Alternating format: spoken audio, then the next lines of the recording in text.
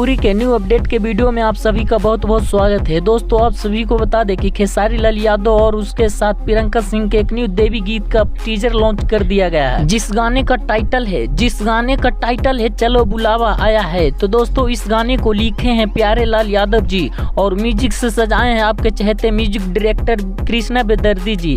और दोस्तों इस गाने को कल सुबह में रिलीज किया जाएगा सारेगामा भोजपुरी के यूट्यूब चैनल पर।